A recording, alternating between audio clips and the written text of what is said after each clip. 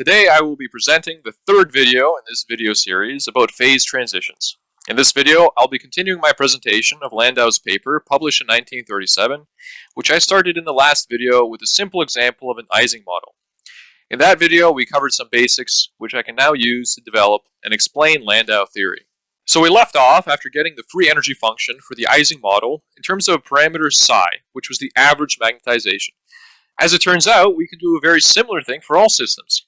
So let's start a new discussion from scratch, keeping in mind some of the ideas about symmetry that we discussed last time. To begin, we introduce a density field to represent the probability of an atom or particle at a given location. Let's say coordinates x, y, and z in that system. So let this density field be denoted by rho, and its arguments are x, y, and z. We can think of rho as chosen in some way that properly represents the system that we are discussing. And for all intents and purposes, it's best to think of it as the probability that we have a particle sitting at a given point. Also, we have chosen this idea of density to be vague. Okay, so the specifics of the system aren't relevant. That is, we're not limiting rho to be defined for some specific type of particle or some specific geometry of a system. We're really just starting from a very general consideration of what a system is. With this out of the way now, let's discuss the symmetry properties of some system in terms of rho. Let's recall the idea that we discussed of symmetry before from the previous video. Symmetry means that a system won't change under a certain transformation. And there are many types of symmetries. An example is the symmetry differences between a cubic and a triangular lattice, for example. The point of this will be to make assumptions about the phase transition so that ultimately we can make some kind of mathematical statement about the phase transition in terms of rho. We assume a system is a crystal and that we can describe it with a density rho naught at first. Because it is a crystal, and because we are describing the crystal in terms of the density of particles that it has, then we can associate some symmetry properties with the density itself. Therefore, let's say that this system is described as a symmetry group, which we'll also call rho naught. We will commonly use the letter rho to refer to both the symmetry and the density. The following is now the important statement that ties us together to phase transitions. When a system is approaching the phase transition point, we know from thermodynamic principles that its symmetry will, in general, change. In terms of the symmetry rho naught, we write this as rho is equal to rho naught plus delta rho. The same expression also describes how the density itself changes during the phase transition. This is why we can interchange them. While it may seem initially confusing to mix symmetry and density with the same notation, this is in fact quite deliberate, because they're very closely connected and are both used to reflect the physics of the system in the exact same way. Although it looks simple, there's quite a bit to digest in this statement. And for the purpose of this video, we won't go into great detail beyond just stating it. However, I will mention that this expression is not just saying that it adds some symmetry delta rho to rho naught. It rather expresses that delta rho modifies rho naught. That is, a symmetry transformation delta rho takes place on rho naught, and the result is a new symmetry rho. Given this understanding of the expression rho is equal to rho naught plus delta rho, another important point of fact is that the symmetry rho has the same symmetry as the lowest symmetry between rho naught and delta rho. So this reinforces the fact that we're not actually adding anything. We're talking about symmetries and how those symmetries transform. But this point also plays a role in how we split this statement to get something meaningful. So at this point, I'd like to remind everyone what symmetry actually is in terms of more or less symmetric. So, and I'll do this with an example. Liquid has the most symmetry out of anything because you can spin it, flip it, no matter how you look at it, what perspective you're in, it always appears the same. Whereas if you're looking at something like a square lattice, you only have a finite number of transformations that you can do, for example, a 90-degree rotation, in order to recover the exact same pattern. In this sense, the square lattice is less symmetric than a liquid. So we have the expression rho is equal to rho naught plus delta rho, which is still very general and doesn't actually tell us anything new, because it comes from the fundamental thermodynamic principles shared by systems in general. To actually relate it to a physical system and derive meaningful theory from it, we begin by splitting delta rho into a sum of functions. How to do this and the rigor of why it works is beyond what we want to cover in this video, So I will just say the essential facts. When we split delta rho into a sum of functions, we get a number of functions that is equal to the number of symmetry elements in rho naught. These functions have the property that any transformation from rho naught will result in the same set of functions. In a very loose sense, what we're actually saying is that these functions are the basis functions for rho naught plus delta rho, and equivalently rho, related to the symmetry rho naught. Keep in mind, this is not in a strictly formal sense. Separately, we will relate the density function to the thermodynamics of the system. The thermodynamic potential phi of the system depends on the form of the density function we introduced earlier, rho, in terms of its arguments x, y, and z. This notion can be expressed in the form of a functional, representing the thermodynamic potential phi is equal to phi of rho naught plus delta rho, which also depends on the thermodynamic parameters pressure and temperature. Remember that rho plus delta rho also describes the density change at the phase transition. Additionally, I want to mention that a functional is not actually a function. Okay, a function will map one element or whatever its arguments are to another element, single element. However, a functional can be thought of as an object that maps its argument to a list of values. So the distinction is between a single value and a bunch of values.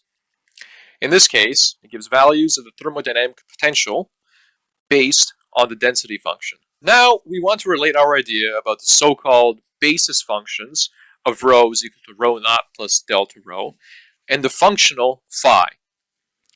To do this, we will first obtain a power expansion of phi in terms of delta rho, our little change in symmetry.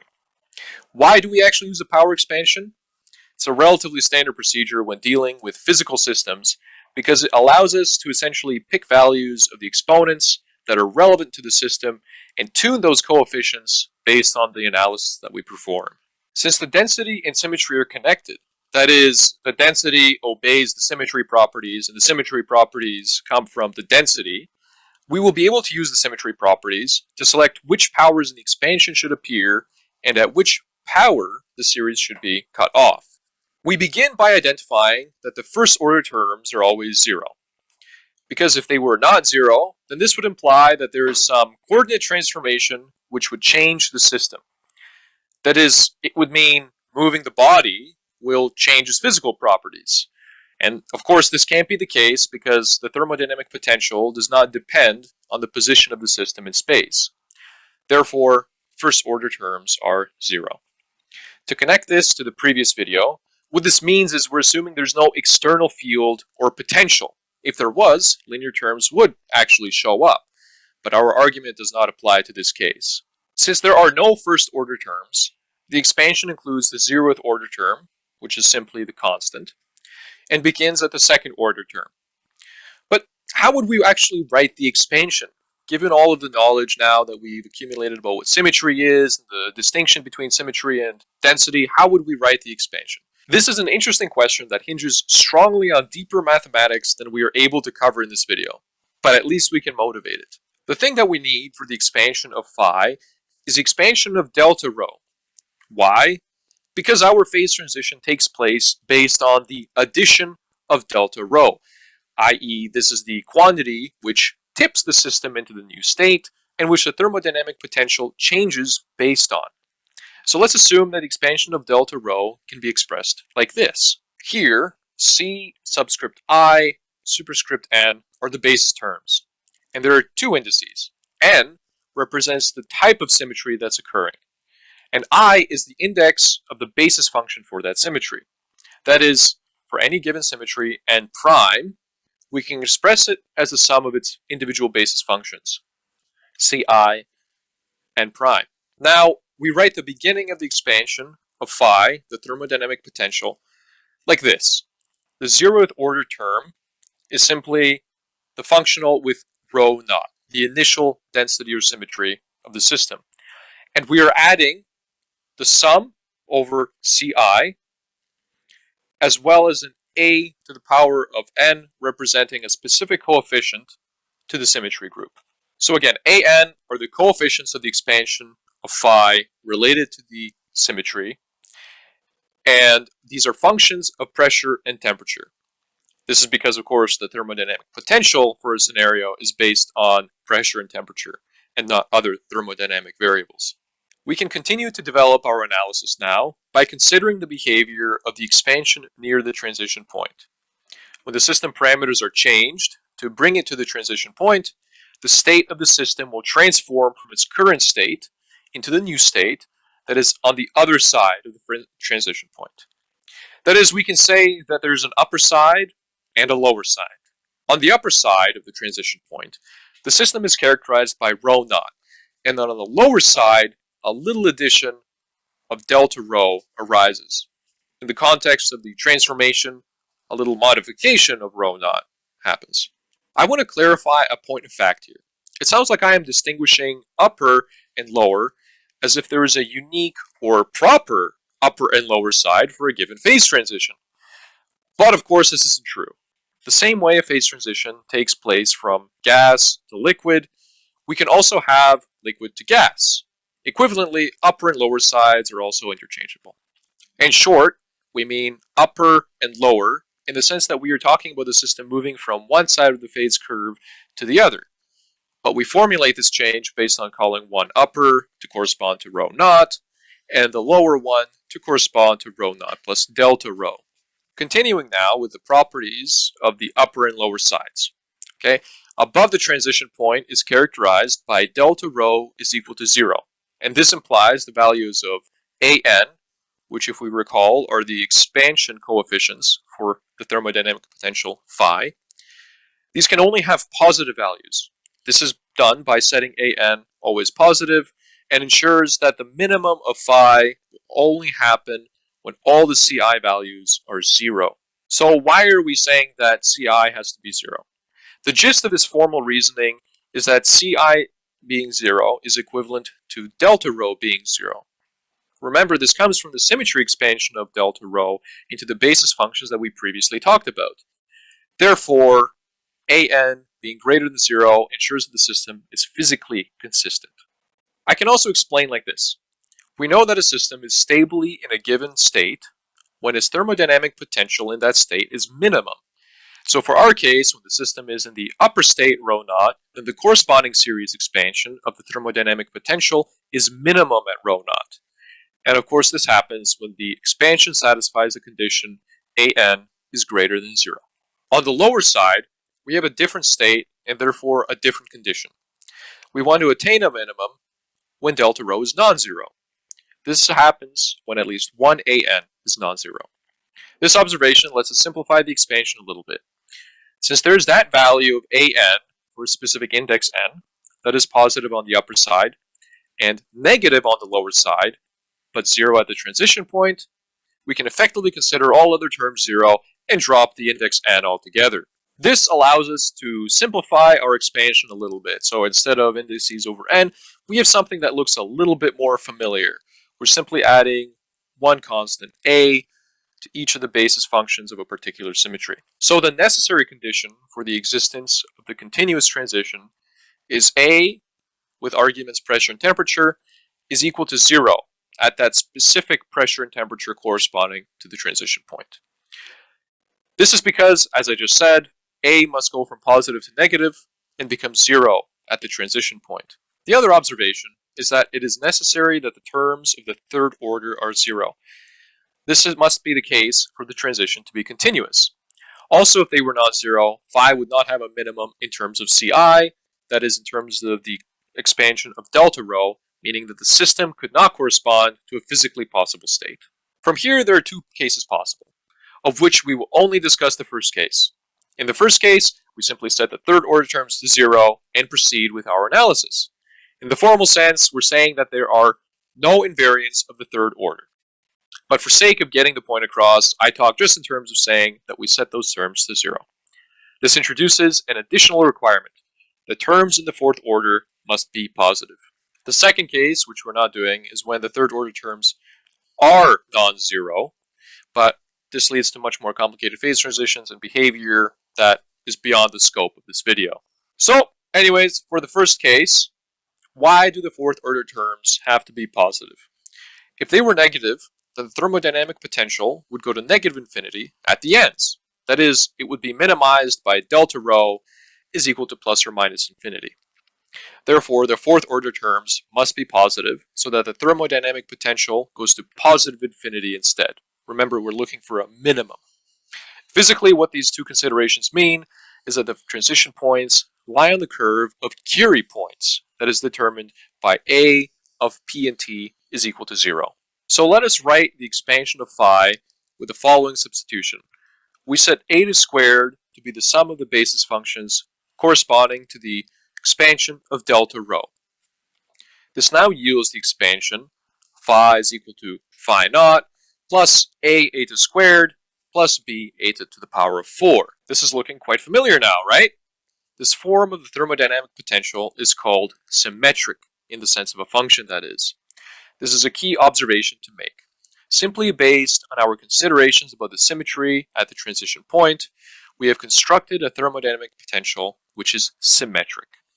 As related to what we've seen in the Ising model, the symmetric thermodynamic potential means that we have two energetically equivalent energy phases that can be achieved by the system when the phase transition happens. To quickly summarize a couple of things at this point. The first is that above the Curie point, that is in the upper state, our state is characterized by eta is equal to 0. Remember, delta rho is equal to 0 corresponds to this, meaning it has symmetry, just rho naught. And also, A is greater than 0. At the Curie point, A is equal to 0, and below, A is less than 0. In any of these regions, we always have that B, which is a function of pressure and temperature, is always positive. In any case, continuing with our analysis now, we proceed by minimizing the thermodynamic potential up to fourth order in terms of eta. That is, finding di phi di eta is equal to 0. This gives us the following equations. Substituting this into phi gives us the following expression. Phi is equal to phi naught minus a squared divided by 4b. This expression then allows us to compute the specific heat. The equation for specific heat in terms of the thermodynamic potential is C over T is equal to the negative of the second derivative with respect to temperature. This comes from the fact that the specific heat, or heat capacity, is a response function of the thermodynamic potential. That is, the heat capacity expresses how much the system's temperature changes when heat is transferred to it. So it's called a response function. The response function is a second derivative of the thermodynamic potential, as we've written above. Now we can substitute our minimized thermodynamic potential to find an expression for the specific heat. So the specific heat C is equal to negative times the temperature of the second derivative of phi with respect to temperature. This allows us to substitute in thermodynamic potential, and we get the second derivative with respect to phi naught, plus the expression that we derived, and this gives us that the heat capacity is equal to the initial heat capacity plus this expression. This allows us to make a couple of observations. The first is that the heat capacity must be greater than the initial heat capacity at the Curie point itself, because the second term is always greater than 0. This means that the specific heat has a jump at the phase transition. This is also consistent with our assumptions about the symmetry changing. Symmetry change isn't actually a continuous process. The system exhibits either one symmetry or the other. Since delta rho is less symmetric than rho naught, as per our assumptions, then also the heat capacity increases going from a more symmetric state to a less symmetric state. At this point, I would like to summarize once again. We have proven the following form of the thermodynamic potential. Phi is equal to phi naught plus A eta squared plus B eta to the power of 4. The parameter eta is related to the symmetry of the crystal through the coefficient Ci, and this comes from the sum representation of delta rho. Moreover, this form of phi is positive, definite, symmetric. This means that plus or minus eta are equally accessible states. Also, we only care about the case when B is not 0, that is, B is greater than 0, so we can actually drop any higher order terms as we have done before. This corresponds to the case that we're passing across the Curie curve. At this point, I'm going to develop this just a little bit more by introducing the notion of the degree of order. To this end, we can characterize the deviation of a crystal from the ordered phase. Keep in mind, this whole discussion so far has been developed in terms of delta rho and how it represents the system changing from a more to a less symmetric body, which is equivalent to saying from a disordered crystal to an ordered one. Since Ci are determined from delta rho and eta is related to Ci, then we can actually choose that the degree of order psi is equal to eta. So we ascribe the quantity psi to represent the degree of order of the system. This will be equal to 1 in the completely ordered crystal and decreases as a function of the deviation from the ordered state, and finally becomes 0 in the disordered crystal or system. This is now a very important moment in our discussion. We have just constructed a quantity that represents the continuous phase transition of any system. You can actually follow the second video again with this new information and see how it relates to this discussion we have just done. Psi is called the order parameter, and it applies to all phase transitions that we can represent as continuous ones, i.e. those that pass across the Curie curve. So Landau theory only gets us part of the way to representing phase transitions in the system. We're interested in more than just the free energy description of one phase or the other. We actually want to be able to do more.